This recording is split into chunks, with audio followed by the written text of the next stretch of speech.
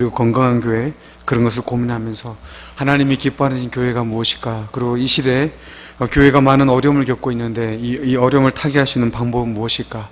분명히 복음은 연약하지 않고 복음의 능력이 있고 이 시대에 그래도 마지막 소망은 복음인데 어떻게 이 복음이 있는 교회가 이렇게 무기력할 수밖에 없을까? 왜 잃어버린 영혼들이 돌아오지 않을 것인가? 왜 복음을 전해도 그들이 예수님을 만나지 못할 것인가? 수없이 고민하면서 목회를 준비해 가고 있었습니다. 그런 부단한 그 고민 끝에 단순한 교회를 알게 되었고, 교회는 단순해져야 된다. 하나의 목적과 비전을 나가야 된다 알게 됐고, 그래서 영혼을 구원하는 교회, 이 목표를 잡고, 그리고 저희 교회는 표를 이렇게 정했습니다. 우리 영원한 표인데요, 절대 바뀌지 않는 표인데, 제자 되고 제자 삼기. 그래서 우리 먼저 내가 제자가 되고 또 다른 사람은 제자를 삼는 게 마태복음 말씀인 것을 저희가 확신을 하고 그렇게 준비해 가고 있었습니다. 그럼에도 불구하고 늘 벽에 걸렸고 잃어버린 영혼들이 돌아온 일들은 일어나지 않았습니다. 겨우 제가 부임해서 이제 한 8개월 됐는데 이제 뭐 겨우는 아니지만 하여튼 두 가정이 겨우 등록을 한 상황이고, 저에게 너무나 목마름이 컸고 교회 부흥에 대한 목마름이 아니라 복음에 대한 능력에 대한 그 기대감이 무너지기 시작했고, 그걸 기도하고 있는 가운데 제가 예전에 부교육자로 섬겼던 담임 목사님께서 가정교회가 있다고, 그 가정교회를 한번 가보라고 그렇게 소개를 해주셨습니다. 뭔 가정교회냐고, 뭔 집에서 모여서 뭐 하시려고 그러시냐고 속으로 그렇게 하고 그냥 네 하고 말았는데, 어쨌든 그래서 가정교회를 통해서 개척을 하셔서 목회를 너무나 잘하고 계시는 제가 지인 목사님을 한 분 알고 있어서 그분께 가정교회가 뭐냐고 그렇게 물어보았습니다. 그래서 물어봤더니 다른 얘기는 하나도 안 해줘. 일단은 책을 보고 그리고 나서 얘기를 하자고 그렇게 얘기를 하고 전화를 끊더라고요. 너무 당황스러워가지고 무슨 책이냐고 물어봤죠. 물어보니까 가장 오래된 세교회라는 최영기 목사님이라는 처음 본 이름인데, 최영기 목사님 분이 쓴 책을 보라고 해가지고 그 책을 사려고 인터넷을 갔더니 가정교회에 대한 시리즈로 6권짜리가 한 세트로 팔더라고요. 그래갖고 이걸 사야 되나 보다 해가지고 그거를 사가지고 그날로 교회 얘기하고 일주일 동안 금식기도원에 들어갔습니다. 그 책 가지고, 그리고 성경책과 물병을 들고 금식기도원에 들어가서 일주일 내내 그걸 들이팠습니다. 계속 가정교회가 뭔지 보고 성경적인지 아닌지, 성경에 맞는 내용인지 아닌지 하나하나 다 살펴봤습니다. 그리고 결론은 이거다. 그리고 내려왔습니다. 내려와서 저는 성격이 불같아가지고, 생긴 것보다 불같아가지고 빨리 해야 됩니다. 그래서 가정교회를 시작해야 되는데, 목회자를 위한 가정교회 세미나를 다녀와야 할 수 있다고, 가정교회를.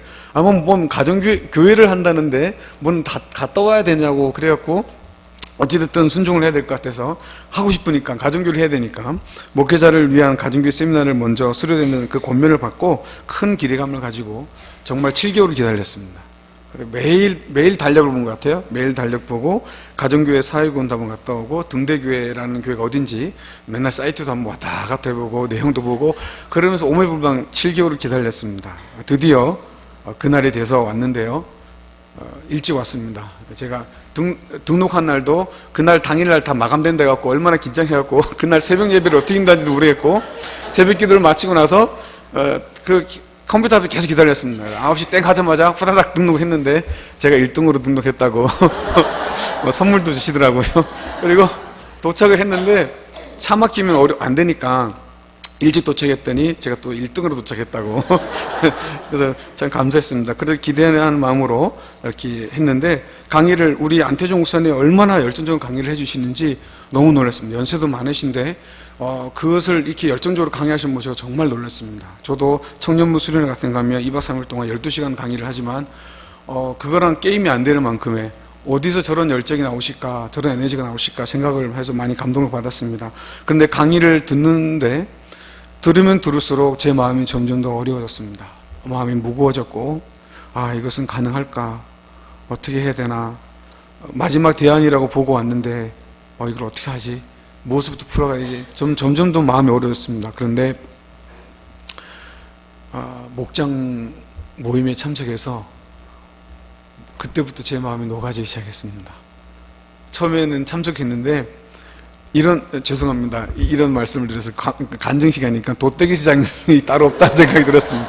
정신이 하나도 없습니다. 저에게는 이 교회 자체가 문화 충격이었고요. 그 목장 예배 자체가 문화 충격이었고, 특별히 그 아이들이 그 나누는 시간, 엄마 아빠한테 한 주 동안 서섭반 얘기를 그대로 얘기를 하는데요. 그 모습도 제게 문화 충격이었고, 모든 게 제게는 정말 문화 충격이었습니다. 그래서 그런데 처음에는 너무 정신없었고, 야, 이게 무슨 뭐 목장 모임인가, 이게 도떼시장 따로 없다, 이런 거에 무슨 평신도들이, 불신자들이 와서 좋아할까, 이건 말도 안 된다. 그런데 어저께인가요, 조장 모임 때 그 목자님께서, 조장 목사님께서 그 얘기를 했어요. 본인은 교회를 너무 싫었는데 그 중에 하나가 교회가 너무 잘났다는 거죠. 교회가 너무 잘나 보여 싫었다는 거죠. 자기 노래도 못하는데 노래를 너무 잘 불러서 싫었고, 너무 고상한 것 같지도 않은데 고상한 척 하는 게 너무 싫었다는 거죠. 그런데 목장이라고 뭐 밥 먹으러 와서 갔더니 뭔 교회 교인들이 이렇게 정신없는 사람들이 다 있냐고, 노래도 너무 못 부르고 뭐든지 다 못하고, 그때 그분이 마음이 녹아져서 나오게 됐다고. 네. 뭐 소방서 하신다는 분이라는데 누구인지 모르겠고, 네. 그래서 제가 그 말을 듣고 그거라고 저는 이미 깨달았습니다.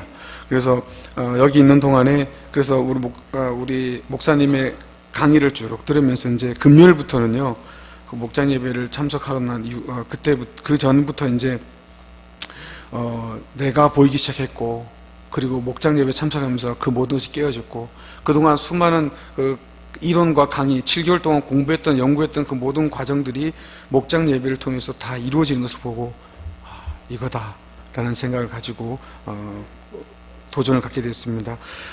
정말 우리 목장 식구들 너무나 감사하고요. 그리고 특별히 이런 귀한 세미나를 섬겨주신 우리 모든 우리 등대교회 교우분들께 감사를 드리고, 또 너무 정말 열정적으로 섬겨주시고 주님이 쓰시는 우리 안태종 목사님, 그리고 모든 목자분들께 참으로 감사를 드립니다. 하나님 은혜를 갖고 못 잊을 것 같습니다. 너무 못 잊을 것 같고, 저도 정말 나중에 질투가 나더라고요. 하나님, 저희 교회도 이런 교회가 되게 해달라고, 저도 이런 목회를 할 수 있게 해달라고, 그렇게 계속 기도를 하게 됐습니다. 사랑하며 축복하며 믿음 안에 승리하며 마지막 하나님의 나라에서도 다시 만나게 되는 역사 있기를 간절히 소원합니다. 감사합니다.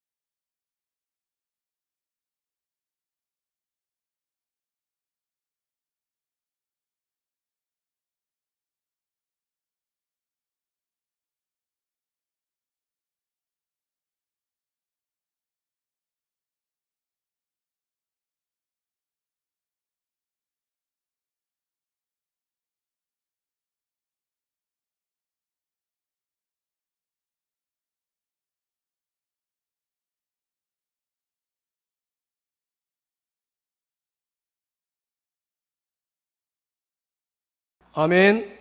자, 저를 보세요.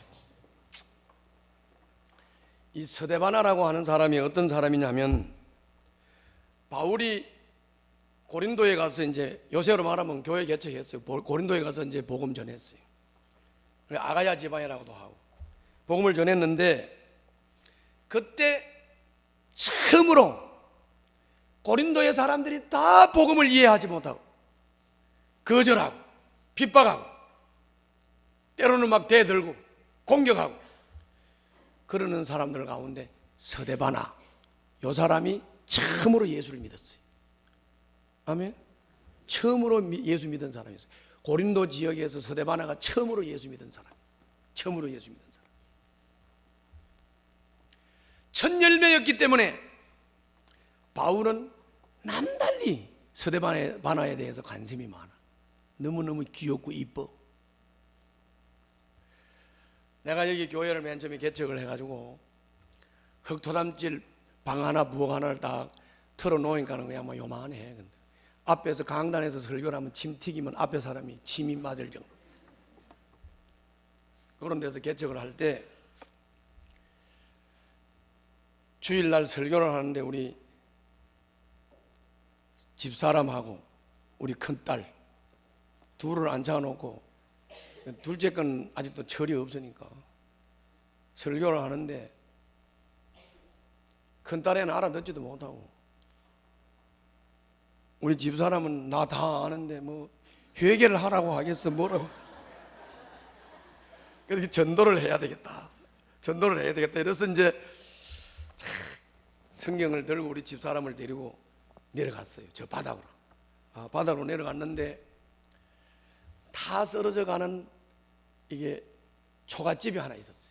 거기에 이게 명패가 하나 붙었는데 문덕신이라는 명패가 딱 붙었어요. 그래서 가가지고 계세요 하고 불렀. 다들 가면 문도 안 열어주고 박대를 하는데 이 사람은 문을 열고 나왔어. 얼굴을 보니까 얼고도 그렇게 얽은 사람이 바짝 얽었어. 새까말 정도로 얽었어. 이 문덕신이 아는 사람도 있을 거예요. 바짝 얽었어. 근데 뭐 얼굴 얽은 거는 그렇다 치고 들어오라 해서 더 가는데 집이 너무 지저분해. 밥뒷거리, 똥등거리 막 그냥 온데 흩어져 있어요. 그래가지고 솔직히 이게 똥 밟으면 안 되잖아요. 밥뒷거리 밟으면 안 되잖아요. 그래서 진짜로 그거 안 밟으려면 요래 가야 돼. 그런데 내가 그때 생각했어.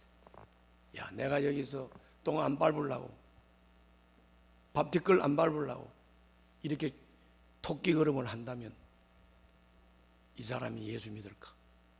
그래서 그냥 그 순간 그냥 밥뒷거리고 똥이고 막 저벅저벅 밟고,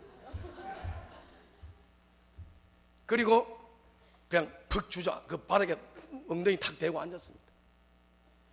나중에 나와보니까 양복에 뭐 밥뒷거리고 뭐 똥이고 다 묻었더라. 그래가지고 그 사람한테 예수 영접시키고, 첫신자예요. 첫신자. 못 잊어버리잖아요. 못 잊어버려. 내가 60대 중반인데 아직도 못 잊어버려. 문덕신이 못 잊어버려. 이 고개를 넘어가서, 여기 옛날에 공동묘지였거든요. 이 고개를 넘어가서 이제 신기촌에 가서 집사람하고 아침부터 하루 종일 전도를 했어. 집도 안 열어줘, 문도 안 열어줘. 막 불쾌하게 합니다. 막 침을 뱉는 사람들도 있고요, 욕을 하는 사람들도 있고요. 개한테 물리기도 해요. 개는 왜 키우는 거예요 도대체? 그런데 이제 하루 종일 그러고 다니다가 4시쯤 돼가지고 너무 춥고 참 허탈하고, 그런데 어떤 집에 가가지고 계세요 소리를 질렀더니 뚱뚱한 아줌마가 하나 나왔어요. 희한하게도 이 사람이 우리를 반기더라고. 그래서 들어갔어요. 들어갔더니 겨울인데 아랫목에 모포를 깔아놨다가 그걸 젖히면서 날 보고 거기 앉으라고. 야, 거기 따뜻한데 궁둥이를 대고 앉으니까 얼마나 좋은지. 그래서 이제 그 자매 얘기를 들었습니다. 남편이 사우디아라비아에 외국인 근로자로 갔다가 죽을 병이 걸려서 왔어. 지금 실오라기도 잡을 상황이. 그런데 이제 우리가 가니까 교회 전도사라고 그러니까 막 얼씨구 받아들인 거지. 그래서 예수를 영접시키고 이 두 번째 신자 박서운예라고. 박서운 못 잊어버려요. 못 잊어버린다. 그런데 이 스데바나는 고린도에서 바울이 전도한 전도 결신자 중에서 첫 열매였을 뿐만이 아니라 그 15절을 보세요. 첫 열매요 성도들을 섬기는 일에 몸을 바친 가정입니다. 아멘. 그랬어요. 스데바나는 첫 열매였을 뿐만이 아니라 성도를 섬기는 일, 다시 말하면 영혼을 구원하고 제자를 삼고 그분들이 믿음이 자라도록 돕고 섬기는 일에 자기 삶을 바쳤던 사람이에요. 스데바나. 첫 열매이면서 이런 헌신적인 삶을 사는 스데바나가 바울이 볼 때 이쁘겠어요, 안 이쁘겠어요? 이쁘죠, 이쁘지. 기억나지요? 귀하지요? 귀한 것이죠. 스데바나뿐만이 아니라 스데바나와 함께 더불어 이런 일을 하면서 함께 수고하는 분들도 마찬가지로 귀한 분들이죠. 귀한 분들입니다. 이런 분들은 우리가 존중해줘야 되고, 이런 분들은 우리가 존경해줘야 되고, 이런 분들에게 우리는 순종하고 그 사람을 따라야 되는 줄로 믿습니다. 따라야 되는 거죠. 누가 말 안 해도 이런 사람은 존중하고 따르게 돼 있어요. 존중하고 따르게 돼 있다. 내가 이제 예비 목자가 세워지게 되면 이 예비 목자를 임명하기 전에 저하고 밥을 같이 먹는다고. 이제 분가하는 대행 목자를 데리고 식사를 했어. 식사를 하는데 식사하는 시간은 얼마나 걸려요? 대충 한 1시간 정도 걸리지. 밥을 먹는데 이 양반이 말하는 대화 중에 내 얘기는 딱 한 번 하더라고. 그런데 자기가 속해 있던 목장의 목자 목녀 얘기를 5번을 무려 하더라고. 내가 기분이 상해야 되겠어요? 안 상해야 되겠어요? 안 상해. 이뻐. 왜? 그 사람이 자꾸 입에 올리는 그 목자의 섬김이 얼마나 좋았으면 그게 와서 밥 먹으면서 자기 목자 얘기를 그렇게 하겠어. 아멘? 존경하는 거지. 존경하고 순종하고 따라가는 거지. 복음을 위해서 수고하고 땀 흘리는 사람들과 그 사역에 함께하고 협조하는 사람들, 그리고 그런 사람들에게 순종하며 그 사람들의 이끄는 데 따라가는 사람들, 이거는 삶 중에서 정말 아름다운 삶입니다. 아멘? 아름다운 삶.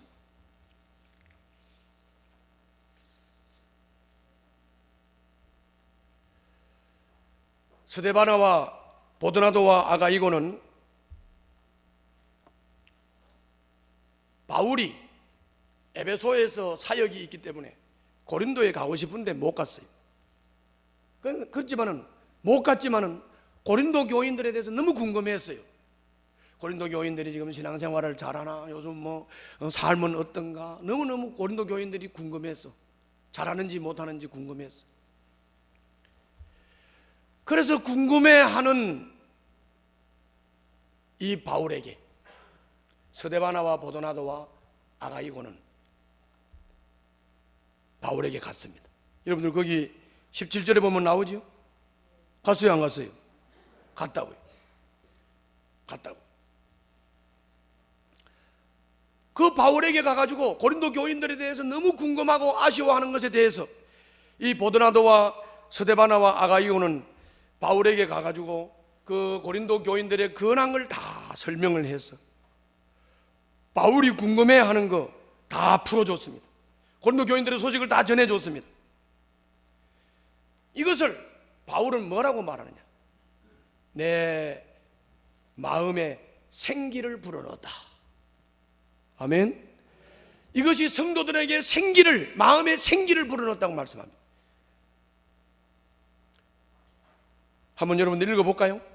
17절 18절 다 같이 한번 읽습니다. 시작. 아멘. 저를 보세요. 여러분들, 제가 뭐가 제일 궁금할 것 같습니까? 뭐가 제일 궁금할 것 같아요? 돈 버는 방법? 쾌락 즐기는 방법? 뭐가 제일 궁금할 것 같아요? 제가 성도들의 소식이에요. 뭐라고? 이 사람이 요즘 사업은 제대로 하나? 돈은 제대로 버나?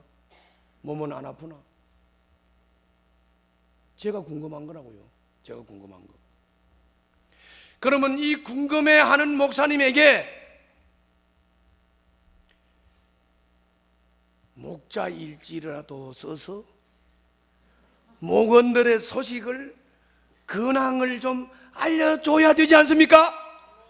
6개월, 1년이 가도 일지를 안 쓰는 사람들 무슨 신보야? 무슨 신보냐고. 내 마음에 생기를 좀 불어넣어 주세요. 나 죽겠습니다. 궁금해서 미치겠어요. 궁금해서. 한 목자의 목자 일기를 읽었습니다. 그게 그 목자가 이런 고백을 했어요. 그동안 일지를 안 썼는데 이제부터는 꾸준하게 쓰기로 했습니다. 왜냐하면 내가 일지를 안 쓰면 우리 목사님이 우리 목원들의 기도 제목을 모를 것 같았습니다. 제대로 된 목자,